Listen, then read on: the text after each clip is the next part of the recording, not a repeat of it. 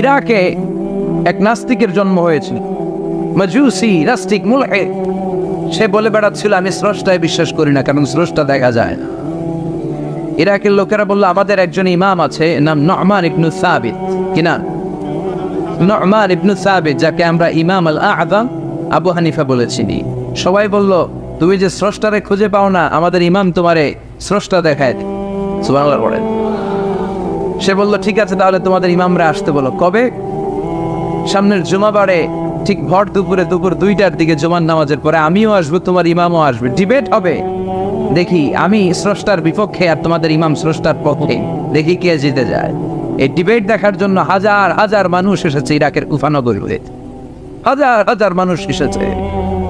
ওই নাস্তিকও এসেছে যে আল্লাহকে বিশ্বাস করেন, স্রষ্টাকে বিশ্বাস করেন, সবাই এসেছে। আসে না শুধু ইমাম আবু হানিফা। নাস্তিক কয় তগো ইমাম ডরাইছে। কি বলে? তোদের ইমাম ভয় পেয়েছে। উনি এসেছেন 1.5-2 ঘন্টা দেরি করে। 1.5 ঘন্টা দেরি করে যখন উনি আসলেন, নাস্তিক বলে আপনার সাথে কোনো কথা নাই, আপনার তো সময়ের জ্ঞানই নাই, আপনার সাথে কিসের আলাপ? ইমাম আবু হানিফা বললেন ইনদি উযর, আমার ওজর আছে। কি ওজর? তিনি বললেন আমি যখন ঘর থেকে বেরোই আমার বাড়ির সামনে বিশাল এক নদী পড়ে যায়, আর এই নদী পেরোতে আমার নৌকা ব্যবহার করতে হয়। আজকে এসে দেখি নৌকাও নাই, মাঝিও নাই, কিচ্ছু না। কিভাবে পার হবো? হঠাৎ দেখলাম নদীর পাশে বিশাল বড় গাছ। গাছটা হঠাৎ এমনি এমনি 2 টুকরা হয়ে গেল। গাছ থেকে বিশাল কাঠের তক্তা বের হয়ে গেল। তক্তাগুলো অটোমেটিক্যালি জোড়া লেগে নৌকা হয়ে গেল। এই নৌকা মাঝি ছাড়া সা করে আমার সামনে চলে এলো। আমি নৌকায় বিসমিল্লাহ বলে বসে পড়লাম। হঠাৎ নৌকা আমারে টান দিয়ে ওপারে নিয়ে, তারপর আমি আপনার এই ময়দানে ছুটে এসেছি। এই যে গাছ কাটা, তক্তা হওয়া, নৌকা হওয়া, মাটি ছাড়া চলা, এই প্রসেসিং করতে আমার 2 ঘন্টা সময় লেগেছে। I am extremely sorry for that. Asif জিদ্দার, আমি দুঃখিত। নাস্তিক নেতা বলে তোকে ইমাম গাঞ্জা খাইছে। ঠিক খাইছে? তোদের ইমাম মজনুন, জুন্না আলাই, মাথার তার সিরা নিয়ে যা। ইমাম আবু হানিফা বললেন ময়দানে আমারে গালি দিলেন কেন? পাগল বললেন কেন? তার সিরা বলে ডাকলেন কেন? মজনুন শব্দ ব্যবহার করলেন কেন? মার্জিত ভাষা ব্যবহার করতে শিখেন। নাস্তিক বলে কেমন কথা আপনি বলেন? শিক্ষিত মানুষ, দার্শনিক মানুষ, জ্ঞানী মানুষ, ইমাম মানুষ, কোন মানুষ ছাড়া, করাত ছাড়া বিশাল বড় বড় গাছ কাটা যায় নাকি? মিস্ত্রি ছাড়া তক্তা বানানো যায় নাকি? মিস্ত্রি ছাড়া তক্তা জোড়া লাগিয়ে এমনি এমনি নৌকা হয় নাকি? মাছি ছাড়া পানিতে নৌকা চলে নাকি? ইমাম আবু হানিফা বললেন now you on the right track. এই তো লাইনে আসছেন আপনি। এই লাইনে আনার জন্য তো এত গল্প, লাইনে আনার জন্যই তো এত স্টোরি আমি মেক করলাম। আপনার কথা থেকেই যদি ধরি, করাত ছাড়া গাছ কাটা যায় না, এমনি এমনি তক্তা হয় না, এমনি এমনি নৌকা হয় না, মাঝি ছাড়া নৌকা এমনি এমনি চলে না, তাহলে আকাশ কেমন করে এমনি এমনি হলো? জমিন কেমন করে এমনি এমনি হলো? দ্বীপ প্রহরের জলজলে সূর্যটা কেমন করে কিরণ দিল এমনি এমনি? আল্লাহু আকবার! কেমন করে নবমণ্ডল উপমণ্ডল সৃষ্টি হলো? কেমন করে দিন শেষে রাত্রি আসে, রাত্রি শেষে দিন আসে? ওইটা যদি এমনি এমনি না হয়, মহাবিশ্বের এই সুন্দর বসুন্ধরার সব কিছু কেমন করে এমনি এমনি হয়? নাস্তিক কয় হায় হায়, হাসিয়ে তো আমি একটা লুকা পাঠা। আসলেই তো আমি হাদারাম, এইভাবে তো ভেবে দেখি নাই। আসলে তো এগুলো এমনি এমনি হয় না।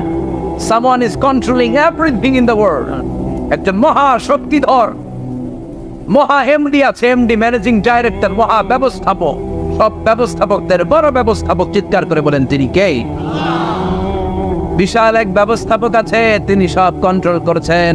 এতদিন পর্যন্ত আমি বুঝতে পারি নাই, আমারে মাফ করিয়ে দেন আর পড়িয়ে দেন লা ইলাহা ইল্লাল্লাহু মুহাম্মাদুর রাসূলুল্লাহ সাল্লাল্লাহু আলাইহি সাইয়েদনা ইমাম আবু হানিফার হাতে হাত রেখে শাহাদা বাক্য পাঠ করেছে। সুবহানাল্লাহ পড়ে।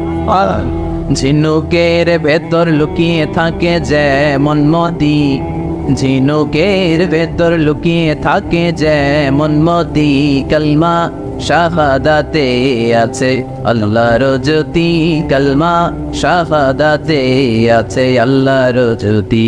সুবহানাল্লাহ। এই জ্যোতি যার হৃদয়ে একবার টাচ করে তার জন্য জান্নাতকে খুলে দেয় কে? এজন্য এই সূরা পড়লে নাস্তিকরা নাস্তিক থাকবে না। নাস্তিকদের জন্য এখানে আল্লাহ মেডিসিন দিয়েছেন, কিছু ডোজ দিয়েছেন। আলহামদুলিল্লাহ পড়েন।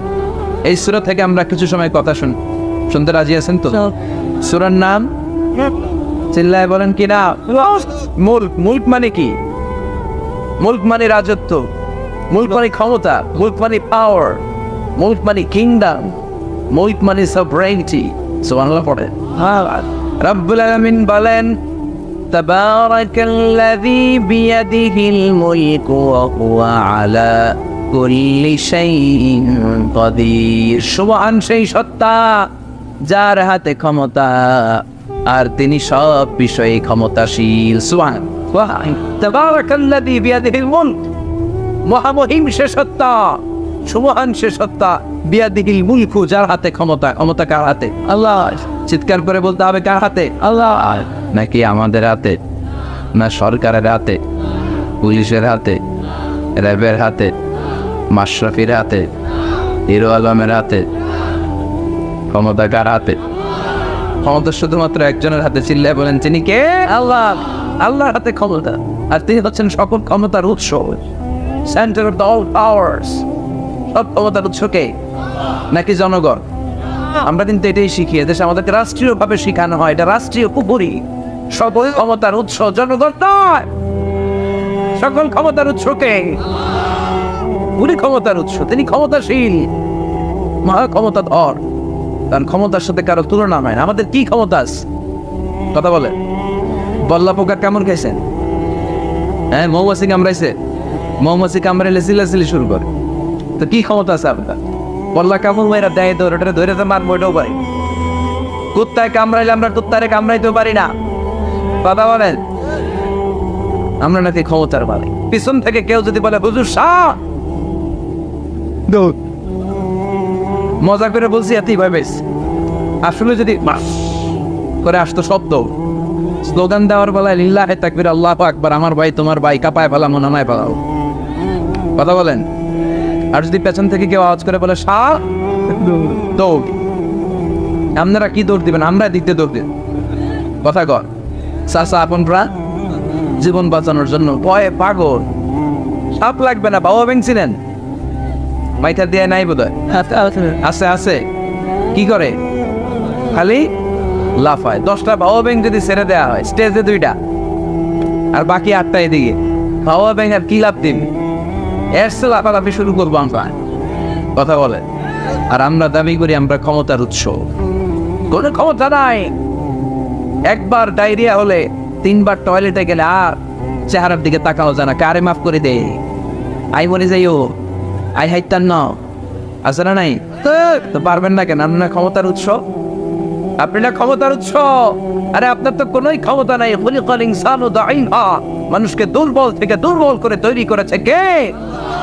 এজন্য রব্বুল আলামিন বলেন তাবারাকাল্লাযী বিয়াদিহিল মুলকু ওয়া হুয়া আলা কুল্লি শাইইন কাদির। সুমহান সেই সত্তা যার হাতে ক্ষমতা। চিল্লায় বলেন ক্ষমতা কার হাতে? আল্লাহ। আমাদের হাতে কোনো ক্ষমতা নাই। আমরা হলাম দুর্বল। আমরা কি? দুর্বল। দুর্বলের ঘরে দুর্বল। আমরা যখন জন্মেছিলাম দুর্বল। আমার ছোট্ট একটা মেয়ে আছে, আমি অবাক হয়ে থাকি যে আমিও তাইলে ছোটবেলায় এরকম ছিলাম।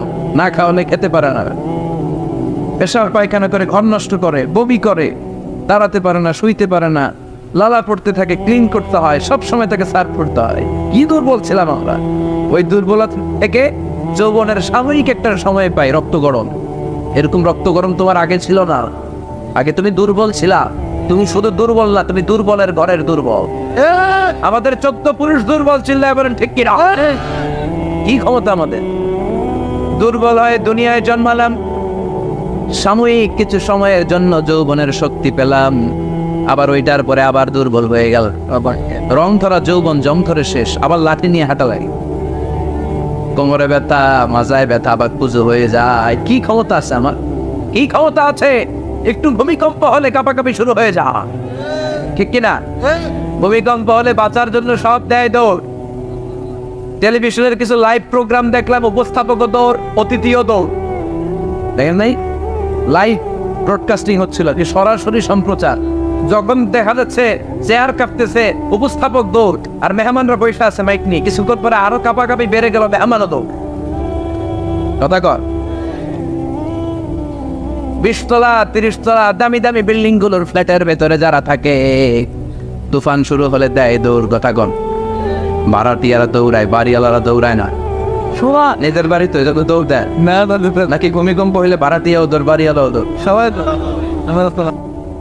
পুলিশের প্রধানও দৌড় দেয়, বাস্তবে তো র্যাবের প্রধানও দৌড় দেয়, প্রেসিডেন্টও দৌড় দেয়, শুধু প্রধানমন্ত্রী দৌড় দেয় না। দেয়, আমি কই নাই, কিন্তু আপনারা কইছেন।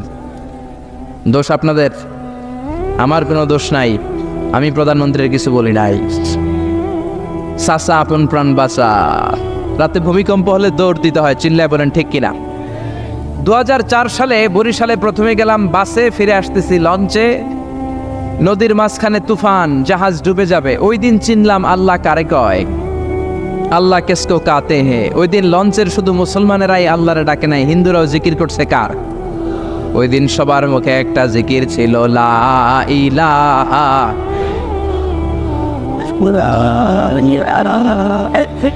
লা ইলাহা ইল্লাল্লাহু মুহাম্মাদুর রাসূলুল্লাহ। লঞ্চের সবাই সেদিন চিৎকার দিয়ে বলছে বাঁচাও। আমি বললাম কে বাঁচাবে? কই হুজুর আপনি বাঁচাবেন।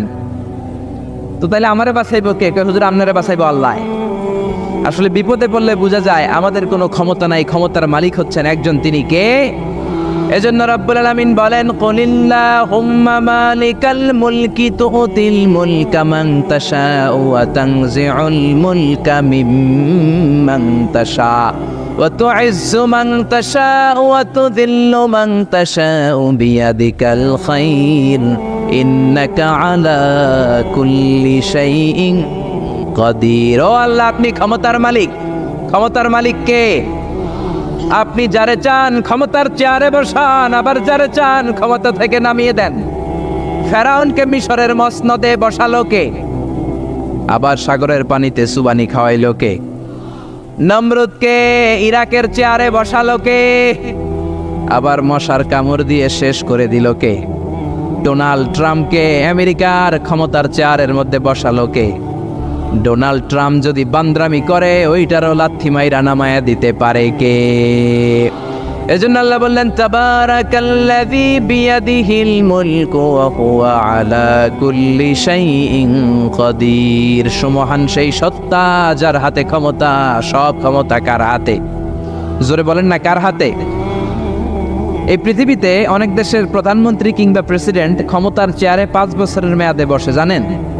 জানেন না? না, কোন দেশে 5 বছরের মেয়াদে, কোন দেশে 10 বছরের মেয়াদে। তো আমার আল্লাহ ক্ষমতার চেয়ারে বসছে কয় বছরের মেয়াদে? কথা বলেন। 20 বছর, 50 বছর, 100, 200, এর চেয়ে বেশি? উনার ক্ষমতার নির্দিষ্ট মেয়াদ নাই, উনার আজীবন মেয়াদ। সুবহানাল্লাহ কইবেন না? ওয়াল আউয়াল ওয়াল আখির ওয়াল যাহির ওয়াল বাতিন ওয়া হুয়া বিকুল্লি শাইইন আলিম। আল্লাহ বললেন, আমি প্রথম, আমি শেষ, আমি প্রকাশ্য, আমি গোপন।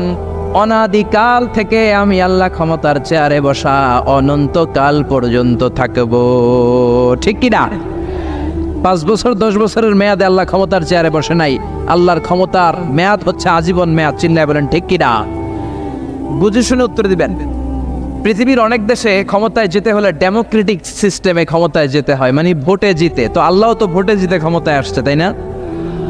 ভোট ছাড়া, হ্যাঁ, এমনি এমনি চলে আসছে। আবার পৃথিবীর অনেক দেশে ডিক্টেটরশিপ সিস্টেমে, মানে স্বৈরাচারী পদ্ধতিতে, জোর যার মুল্লুক তার, ওই সিস্টেমে ক্ষমতায় বসে। আল্লাহ তো এই সিস্টেমে আসছে না? আচ্ছা। আবার অনেক দেশে আছে মোনার্কি সিস্টেম, রাজতন্ত্র, বাবা রাজা, তার ছেলেও রাজা। তো আল্লাহর বাবা ছিল রাজা, এই জন্য আল্লাহও রাজা। বিষয়টা কেমন? আল্লাহ বললেন, খবরদার, আমার ক্ষমতার সাথে তোদের ক্ষমতা মিলাবি না। কুল হুয়াল্লাহু আহাদ আল্লাহুস সামাদ লাম ইয়ালিদ ওয়া লাম ইউলাদ ওয়া লাম ইয়াকুন লাহু কুফুয়ান আহাদ। লাম ইয়ালিদ ওয়া লাম ইউলাদ, আমি কাউরে জন্ম দেই নাই, আবার আমি কারো কাছ থেকে জন্ম নেই নাই, উত্তরাধিকার সূত্রে কারো কাছ থেকে ক্ষমতা পাই নাই। বিশ্বের শুরুতে, মহাবিশ্বের শুরু থেকে যে ক্ষমতার চেয়ারে আমি আল্লাহ বসে আছি, আমি আল্লাহ এই ক্ষমতার চেয়ারে শেষ পর্যন্ত থাকবো। চিল্লায় বলেন ঠিক কি না? আমাদের ক্ষমতার সাথে ওনার ক্ষমতার কোনো মিল নাই। আবার পৃথিবীর অনেক দেশে দেখবেন ক্ষমতায় যেতে হলে কোয়ালিশন করা লাগে। বাংলাদেশে এটা বলে জোট করা লাগে। কি করা লাগে? জোটের রাজনীতি বাংলাদেশে আছে না নাই? কথা বলেন, কথা কয় না, মনে হয় কিছু বুঝেই না। জোটের রাজনীতি আছে না নাই? জোট যার বেশি ক্ষমতা তার বেশি, ঠিক কি না? প্রথমে শুরু হইল 4 দলীয় জোট, তারপর 14 দলীয়, তারপর 18 দলীয়, এরপর 20 দলীয়, এরপর মহাজোট, এবার হবে মহাজোট। তো আল্লাহ তো জোট করে ক্ষমতায় আসছে। আল্লাহর জোট করা লাগছে, কোয়ালিশন করা লাগছে। আল্লাহ বললেন খবরদার, ওয়ালাম ইয়াকুল্লাহু শারীকুম ফিল মুলকি ওয়া কাব্বিরহু তাকবীরা। আমার ক্ষমতায় কোনো অংশীদার দল নাই, আমার ক্ষমতার মধ্যে কোনো শরিক দল নাই, আমার কোনো জোট নাই, আমার কোনো কোয়ালিশন নাই। আমি একাই ক্ষমতার মালিক, আমার ক্ষমতায় ভাগ বসানোর মতো কেউ নাই। জোরে কোন ঠিক কি না? আবার দেখবেন পৃথিবীর অনেক দেশে আন্দোলনের মাধ্যমে ক্ষমতার চেয়ার থেকে নামানো যায়। যিনি প্রেসিডেন্ট, একটা আন্দোলন করলে ক্ষমতা থেকে নামানো যায়, এরকম আছে না নাই? গণ অভ্যুত্থান করতে পারলে, আন্দোলন করতে পারলে ক্ষমতা থেকে নেমে যায়। আমি যখন মিশরে পড়াশোনা করি, মিশরের প্রেসিডেন্ট ছিল হোসনি মুবারক। মিশরে একটা আন্দোলন হলো, ওই আন্দোলনের ঠেলায় হোসনি মুবারক ক্ষমতা ছেড়ে দিতে বাধ্য হলো। তো আমরাও যদি পৃথিবীর সবাই মিলে আল্লাহর বিরুদ্ধে আন্দোলন করি, আল্লাহ ক্ষমতা ছেড়ে দিতে বাধ্য। বুঝে শুনে উত্তর দিয়েন। পৃথিবীর সবাই মিলে চাইলেও আল্লাহ ক্ষমতা থেকে নামবে না। আচ্ছা, যত জিন আছে মহাবিশ্বে, সব জিনেরা যদি বলে আমরাও একাত্মতা ঘোষণা করলাম, আমরাও আল্লাহরে মানি না, মানুষ জিন ভাই ভাই, আল্লাহর আর রক্ষা নাই, তাইলে তো আল্লাহ ক্ষমতা ছেড়ে দিবে, তাই না? ছেড়ে দিবে। আবার ফেরেশতারাও যদি বলে আমরাও মানি না, মানুষ জিন ফেরেশতা 3 দলীয় জোট। কয় দলীয়? কথা বলেন। মানুষ জিন ফেরেশতা 3 দলীয় জোট করে যদি আল্লাহর ব্যাপারে বিদ্রোহ করি, তাহলে আল্লাহর ক্ষমতা শেষ নাকি? আল্লাহর ক্ষমতা শেষ? আল্লাহ বললেন ওয়া আন্নাকুম গায়রু মুজিজিল্লাহ।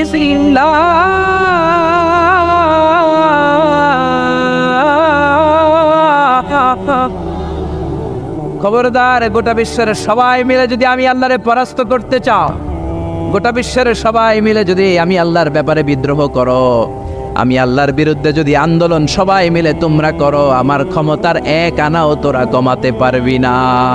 সুবহানাল্লাহ। তার মানে আমাদের ক্ষমতার সাথে আল্লাহর ক্ষমতার কোনো মিল নাই। চিল্লায় বলেন ঠিক কিনা? আবার বুঝে শুনে উত্তর দেন। অনেক দেশে দেখবেন রাজার বয়স এত হয়েছে, বয়সের ভারে নুজ্জ হয়ে 70-80-তে পৌঁছে গেছে, কয় আই আর 58, আমি অবসরে যাব, সেলফ রিটায়ারমেন্ট, স্বেচ্ছায় অবসরে যাব। এরকম হয় না? অনেক রাজা, সুলতান, প্রেসিডেন্ট স্বেচ্ছায় অবসরে চলে যায়। তো আল্লাহরও তো অনেক বয়স হয়েছে, এখন আল্লাহর অবসরে যাওয়ার সময় এসেছে। বয়স হয় নাই, এত বছর উনি ক্ষমতা চালায়, এখনো বয়স হয় নাই। উনি ক্লান্ত হয় না? উনার ঘুমে ধরে না? আল্লাহ বললেন খবরদার, লা তাখুযুহু সিনাতু ওয়ালা নাওম। আমার ঘুম নাই, আমার কোনো নিদ্রা নাই, আমার কোনো তন্দ্রা নাই, আমার কোনো ঝিমুনি নাই। ওয়ালা ইয়াউদুহু হিফযুহুমা ওয়া হুয়াল আলিয়ুল আযীম। এই পুরো মহাবিশ্বটা পরিচালনা করতে যে আমি আল্লাহ ক্লান্ত হই না, আমি আল্লাহর তন্দ্রা আসে না, আমি আল্লাহর ঝিমুনি আসে না, আমি আল্লাহর ঘুম আসে না। আমি আল্লাহ একাই মহাবিশ্বের সব ক্ষমতার মালিক, ঠিক কি না? এজন্য আল্লাহ বললেন তাবারাকাল্লাযী বিয়াদিহিল মুলকু ওয়া হুয়া আলা কুল্লি শাইইন কাদির। সুমহান সেই সত্তা যার হাতে ক্ষমতা। ক্ষমতা কার হাতে? সবাই বলেন না, ক্ষমতা কার হাতে? নাকি আপনাদের হাতে? আর কোনোদিন বলবেন জনগণ সকল ক্ষমতার উৎস? আর কোনোদিন বলবেন সকল ক্ষমতার উৎস হচ্ছে একজন, তিনি কে?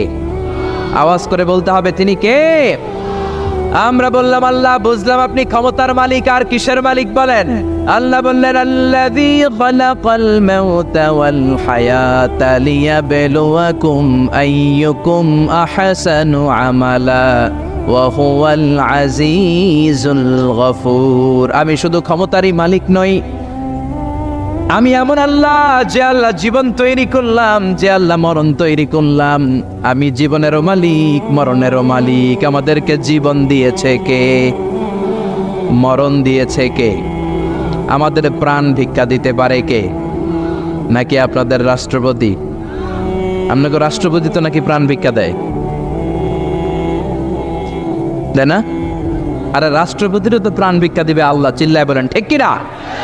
আল্লাহ বললেন, আমি এমন আল্লাহ, আল্লাযী খালাকাল মাউতা ওয়াল হায়াতা লিয়াবলুয়াকুম আইয়ুকুম আহসানু আমালা। তোমরা কে কেমন আমল করো এটা দেখার জন্য আমি জীবন বানালাম, মরণ বানালাম, আর জীবন মরণের মাঝখানে তৈরি করলাম রূহ। রূহ তৈরি করলাম। কি তৈরি করলাম? রূহ মানুষ তৈরি করতে পারে না, রূহ তৈরি করতে পারে একজন। তিনি কে? মানুষ কম্পিউটার তৈরি করতে পারে, প্লেন বানাতে পারে, রকেট বানাতে পারে, রোবট বানাতে পারে, সুফিয়া খালারে বানাতে পারে, কিন্তু রুহু বানাতে পারে না। সুফিয়া খালারে চিনেন? আপনারাও চিনেন? আচ্ছা, মেয়েদের মতো লিপস্টিক দেয়া হয়েছে ওর ঠোঁটে, মেয়ের আকৃতি দেয়া হয়েছে, অবয়ব দেয়া হয়েছে। সুফিয়া রোবটটাকে দেখে আমার প্রতিবন্ধী মনে হলো। এমনে তাকায়, এমনে করে, এমনে করে, এমনে করে, আর ভেতরে সফটওয়্যারে সব সেট করে দেয়া, যেটা রিমোট কন্ট্রোলে চাপে ওই অনুযায়ী বলে। চিল্লায় বলেন ঠিক কিনা? যারা এই সুফিয়াকে বানিয়েছে, কিয়ামতের দিন আল্লাহ বলবে, এই সুফিয়ার ভেতরে রুহু দে, এই সুফিয়ার ভেতরে রুহু দে। যারা এই সুফিয়া নিয়ে পৃষ্ঠপোষকতা করেছে, বিদেশ থেকে দেশে এনেছে, সবাইকেই আল্লাহর সেদিন বিচারের ট্রাইব্যুনালের, সুপ্রিম কোর্টের কারাগারে কাঠগড়ায় আসামি হয়ে দাঁড়াতে হবে। চিল্লায় বলেন ঠিক কিনা?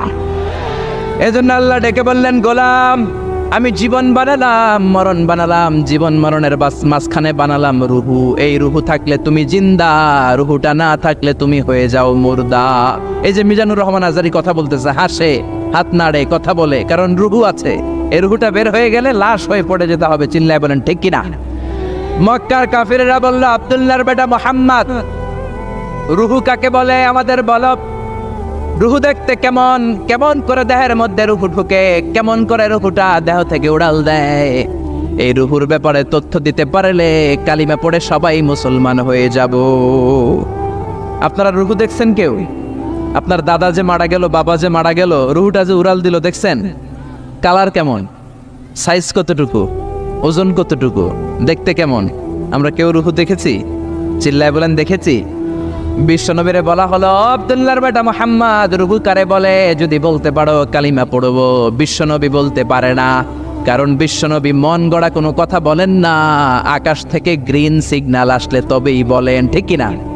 বিশ্বনবী আল্লাহ তাআলার পক্ষ থেকে গ্রিন সিগন্যাল পাওয়ার জন্য উপরে তাকিয়ে রইলেন। আয়াত নাজিল হয়ে গেল, ইয়াসআলুনাকা আনির রূহি কুলির রূহু মিন আমরি রাব্বি ওয়া মা উতীতুম মিনাল ইলমি ইল্লা কালিলা। ও নবী, লোকেরা আপনারা জিজ্ঞেস করে রূহ কাকে বলে? মা হুয়া রূহ, হোয়াট ইজ দ্য স্পিরিট? আপনি বলে দেন, রূহ হলো আল্লাহর পক্ষ থেকে স্পেশাল অর্ডার। আল্লাহর অর্ডারে এই রূহটা দেহের মধ্যে ঢোকে, আবার আল্লাহর অর্ডারে রূহ বের হয়ে যায়। আল্লাহু আকবার। এই রূহটা মানুষের দেহে ঢুকে কার অর্ডারে? আবার বের হয়ে যাবে কার অর্ডারে? পৃথিবীর যত বিজ্ঞানীরা আছে সবাই মিলেও কি একটা রূহ বানাতে পারবে? জোরে বলেন না, রূহ বানাতে পারবে? আল্লাহ চ্যালেঞ্জ করে বললেন, ওমা উতীতুম মিনাল ইলমি ইল্লা কালিলা। তোমাদেরকে একেবারে যত সামান্য কিঞ্চিত জ্ঞান দিয়ে আমি তৈরি করেছি, তোমাদের এই লিমিটেড জ্ঞান দিয়ে রূহ বানানো যাবে? ইউনাইটেড স্টেটস অফ আমেরিকা একজন মেডিকেল সায়েন্টিস্ট এই চ্যালেঞ্জ গ্রহণ করলো। সে চ্যালেঞ্জ গ্রহণ করে বলল, আমি রুহু বের করে ছাড়বে। কি বের করব? রুহু। আমেরিকার ওই মেডিকেল সায়েন্টিস্ট সে চ্যালেঞ্জ করে বলল, আমি রুহু বানাবো। কি বানাবো? উত্তর দিতে হবে কিন্তু, কি বানাবো?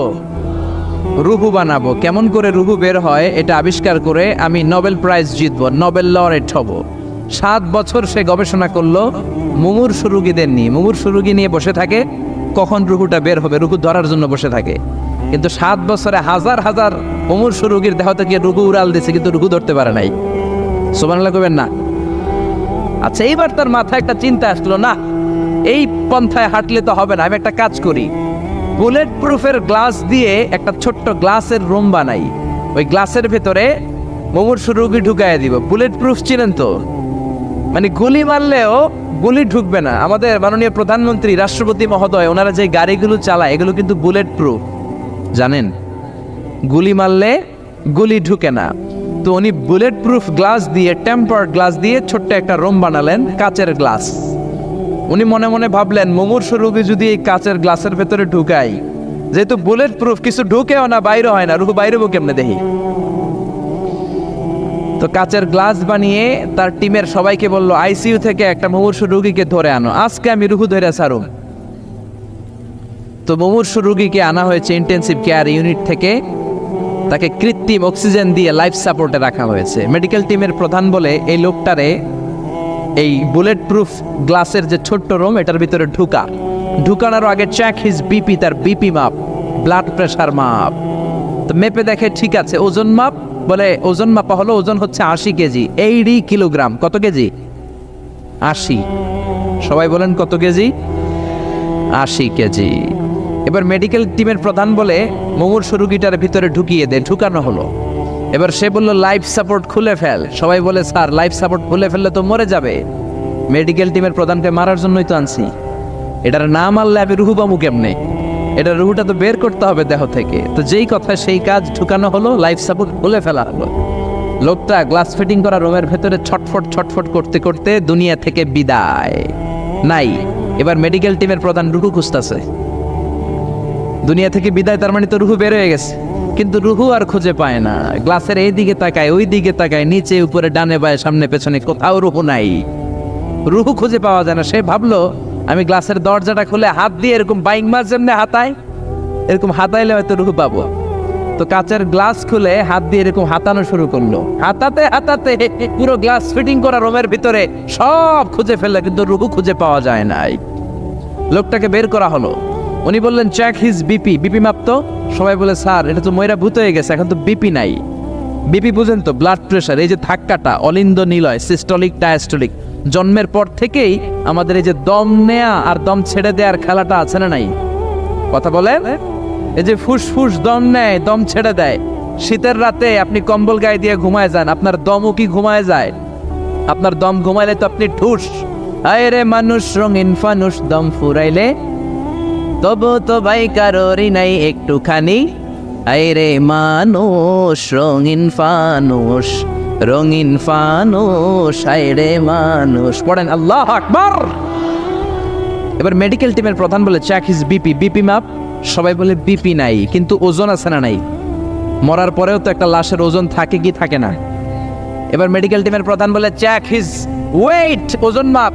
এবার ওজন স্কেলে শোয়ানোর পরে দেখা গেল লোকটা মরার আগে ছিল 80, এখন হয়ে গেছে 78 কেজি। কয় কেজি? মরার আগে লোকটা ছিল কয় কেজি? মরার পরে ওজন দেওয়ার পরে ওজন হয়ে গেছে কয় কেজি? কমছে কয় কেজি? মেডিকেল টিমের প্রধান কয়, আমি পাইছি। সবাই কয়, কি পাইছেন?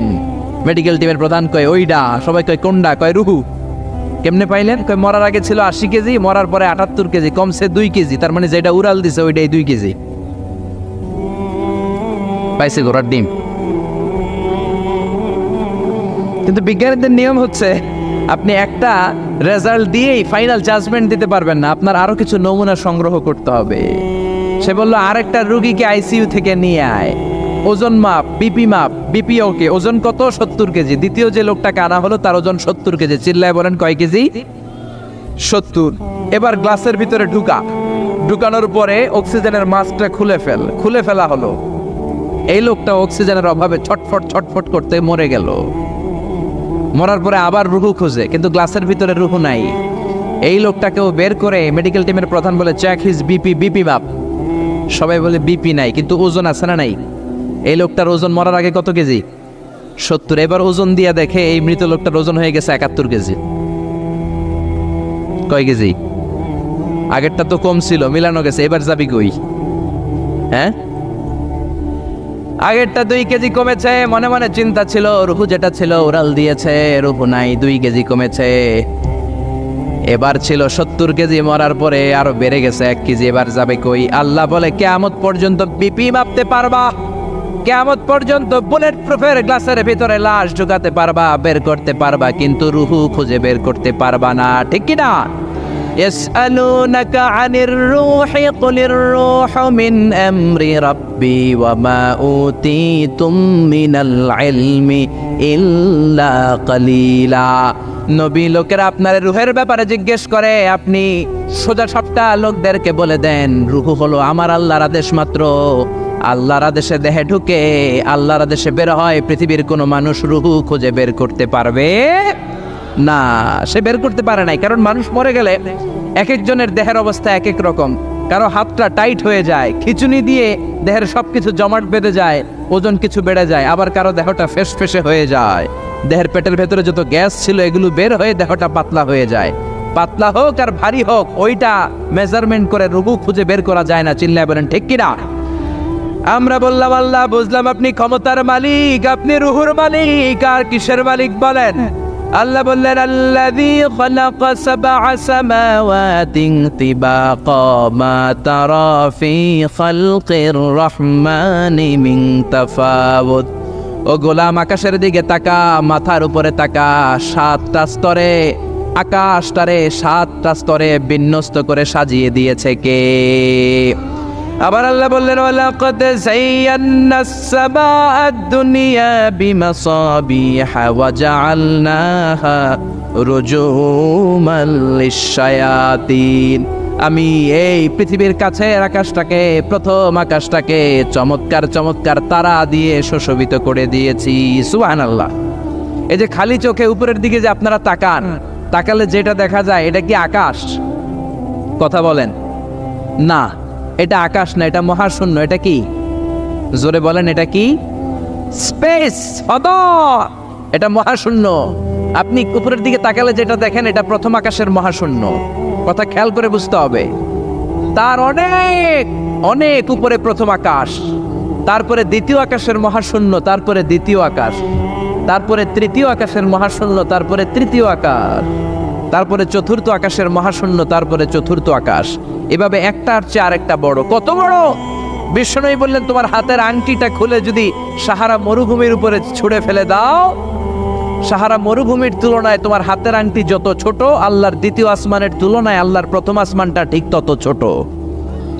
সুবহানাল্লাহ। বাড়িতে যে বললেন একটার চেয়ে আরেকটা বড়। প্রথম আসমানের চেয়ে দ্বিতীয় আসমান বড়, দ্বিতীয় আসমানের চেয়ে তৃতীয় আসমান বড়, ওইটার চেয়ে চতুর্থ, পঞ্চম, ষষ্ঠ, সপ্তম ওইটা বড়।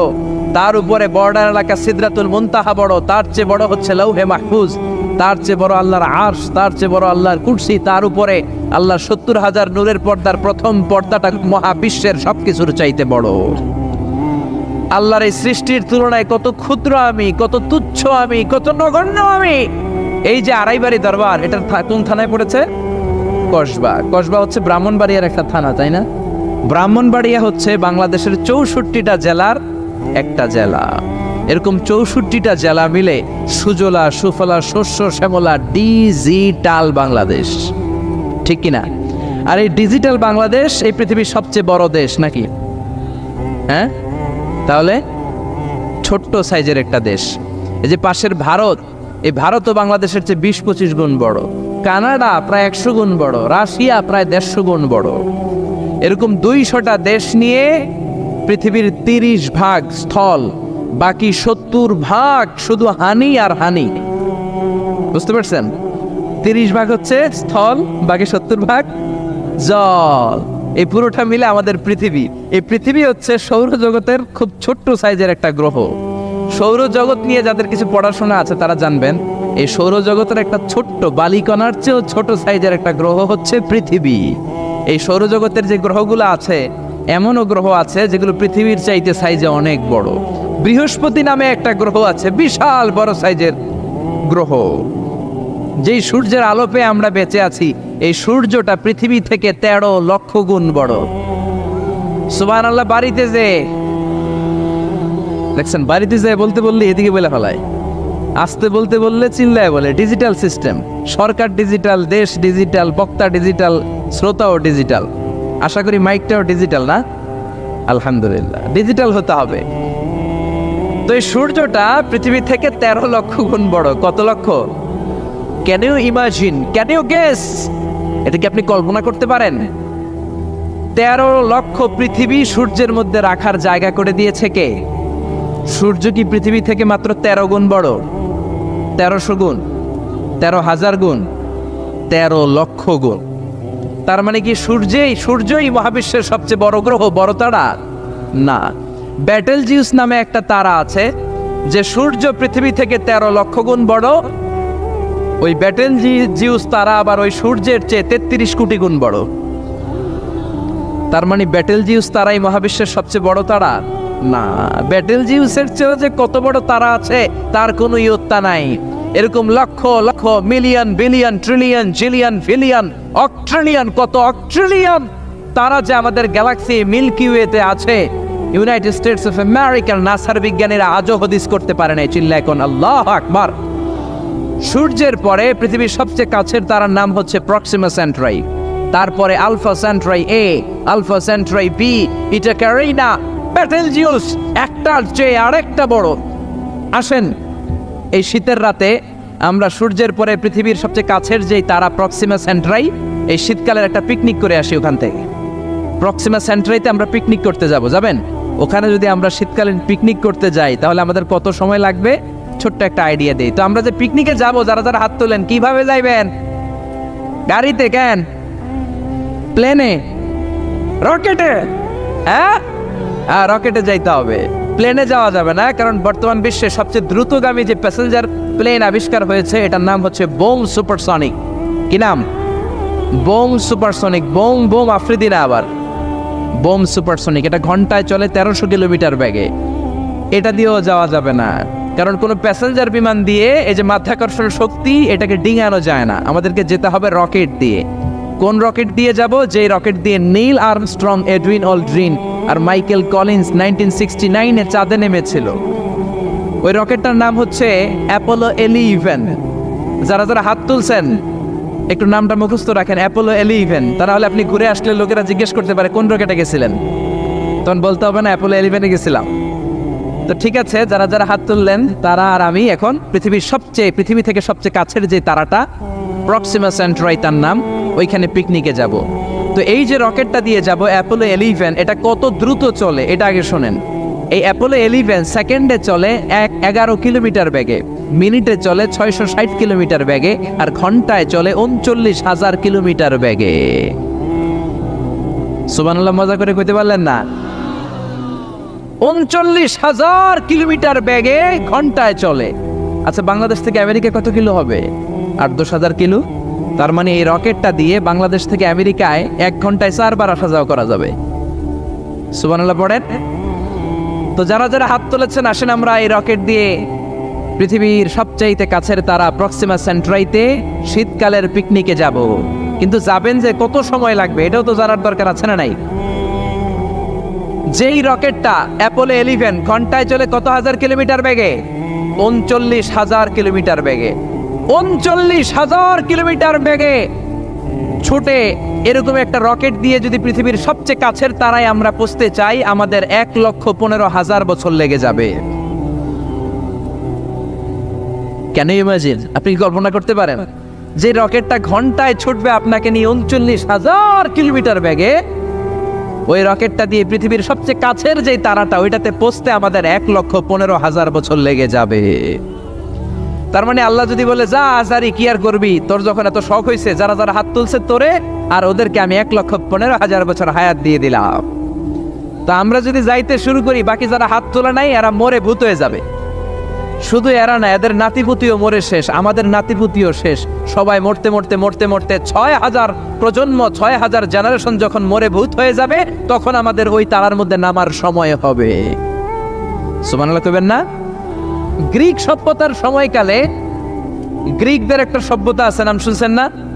গ্রিক সভ্যতা, মিশরীয় সভ্যতা, মেসোপটেমিয়াম সভ্যতা, ইনকা সভ্যতা, মহেঞ্জোদারো সভ্যতা, চিচেন ইৎজা সভ্যতা। তো এই যে গ্রিক সভ্যতার সময়কালে কেউ যদি এই প্রক্সিমা সেন্ট্রাইতে এই রকেটটা দিয়ে যাওয়া শুরু করতো, তাহলে 2018 সালে তাদের পুরো সফরের মাত্র 4% কমপ্লিট হতো। 96% ট্যুর তখনও বাকি থেকে যেত। চিল্লায় পড়েন আল্লাহু আকবার।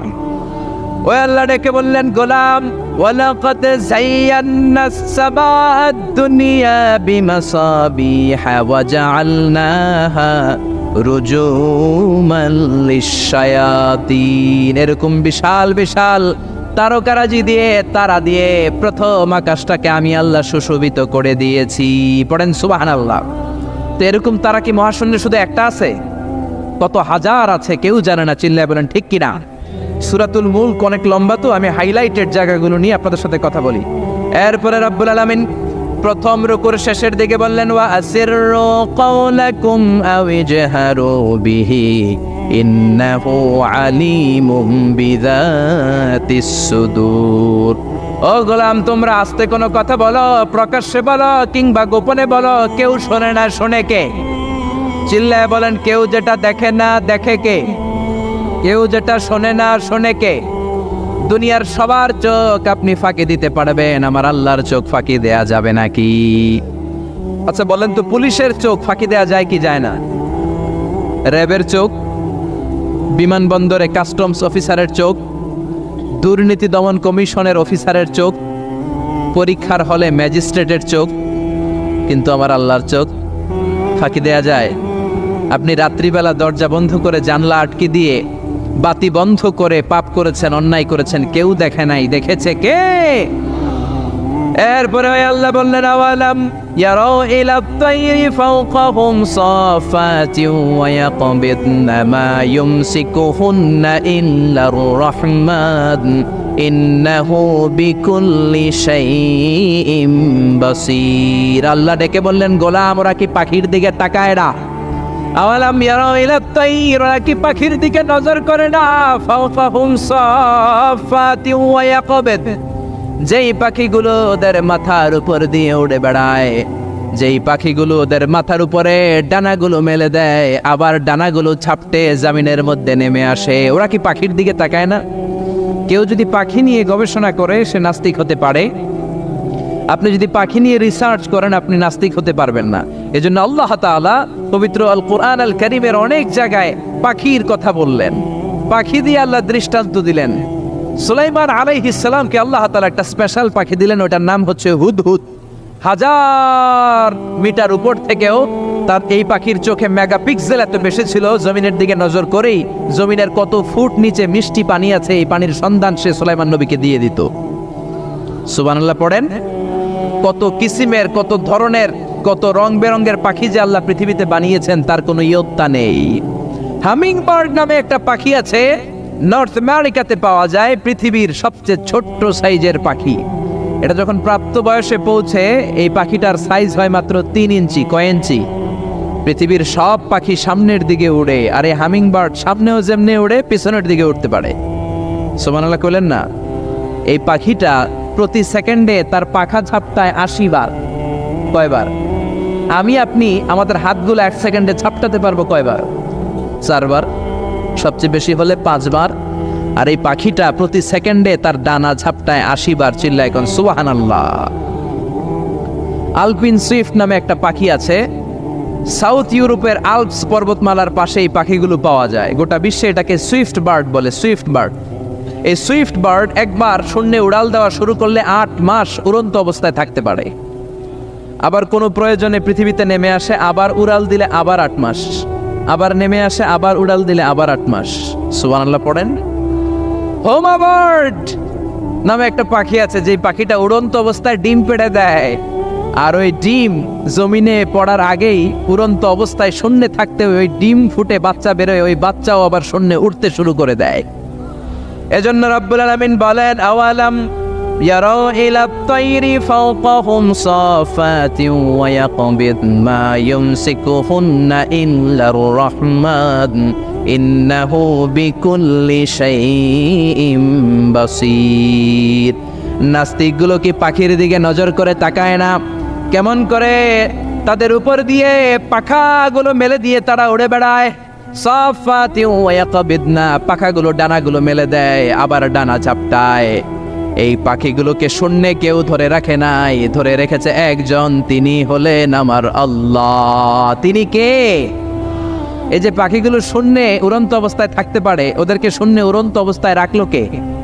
জোরে বলেন কে? ছোট্ট হাঁসের বাচ্চা পৃথিবীতে আসার সাথে সাথে কেমন করে পানিতে সাঁতার কাটে? কে এই হাঁসের বাচ্চারা শিখালো যে তোর টানা ঝাপটাতে হবে, পা নাড়াতে হবে? শিখালো কে? গাভীর পেট থেকে বাছুর বের হয়েই গাভীর ওলানের মধ্যে ঢু মারে। কে ওরে শিখালো ওই জায়গায় ঢু দে, ওইখানে ঢু মারলেই তোর রিজিক বেরোবে? কে শিখালো? সুবহানাল্লাহ কইতে মন চায় না? এজন্য আল্লাহ বললেন ওরা কি পাখির দিকে তাকায় না? পাখির দিকে তাকালে তো পৃথিবীর কোনো মানুষ নাস্তিক থাকতে পারে না। পাখিকে আরবিতে কি বলে বলেন তো দেখি? হ্যাঁ, কি? তয়ের। হ্যাঁ, তয়ের। আর বিমানকে আরবিতে কি বলে কে জানে?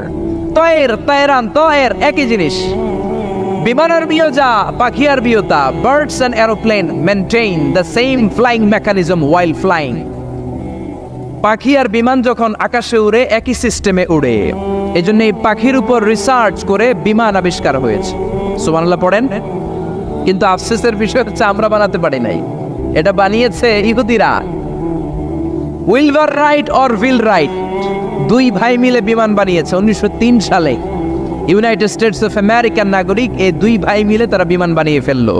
আমরা বানাতে পারি নাই। আমরা আছি মদ আর নারী নিয়ে, আমরা আছি হিন্দি সিনেমা নিয়ে, আমরা আছি মারামারি নিয়ে, আমরা আছি কাফের ফতুয়া দেয়া নিয়ে, আমরা আছি তর্কাতর্কি নিয়ে, জি বাংলা নিয়ে, স্টার জলসা নিয়ে, কিরণমালা নিয়ে। চিল্লায় বলেন ঠিক কিনা? স্টার জলসা হায়ারে জিহি বাংলা, নষ্ট করলো হয়ে আমার সোনার বাংলা। স্টার জলসা হায়ারে জিহি বাংলা, নষ্ট করলো হয়ে আমার সোনার বাংলা। ঠিক কিনা? কেমন করে পরকিয়া করতে হবে, শাশুড়ি বউয়ের মধ্যে কেমন করে কুটনামি লাগাতে হবে, এগুলো ট্রেনিং জি বাংলা, স্টার জলসা, হিন্দি সিনেমার ভেতরে আছে না নাই? আমরা এগুলো নিয়ে ব্যস্ত, কাফের ফতুয়া দিয়ে নিয়ে ব্যস্ত। কথায় কথায় আমাদের মুখ দিয়ে বেরোয় তুই কাফের, তুই 3 কারণে কাফের, তুই 5 কারণে কাফের, তুই 6 কারণে কাফের। এই কাফের মরলে এই কাফেরকে যেখানে কবর দেয়া হবে ওই কবরের উপর যে ঘাস উঠবে, ওই ঘাস যে গাভী খাবে, ওই গাভীর দুধ যে খাবে ওইটাও কাফের। এরকম ফতোয়া আছে না নাই? তো আমরা এই ফতোয়াবাজি নিয়ে ব্যস্ত। উইলভার রাইট আর অরভিল রাইট কোরআনের এই আয়াতের উপর রিসার্চ করে, গবেষণা করে এরা দুইজন বিমান বানিয়ে ফেললেন। এই দুই ভাই পাহাড়ের মধ্যে শুয়ে কত পাখি যে দেখেছে, কত পাখির ছবি যে এঁকেছে, কত পাখির মোশন অ্যান্ড মুভমেন্ট নিয়ে তারা গবেষণা করেছে। করতে করতে করতে এই দুই ভাই বিমান বানিয়ে ফেলেছে।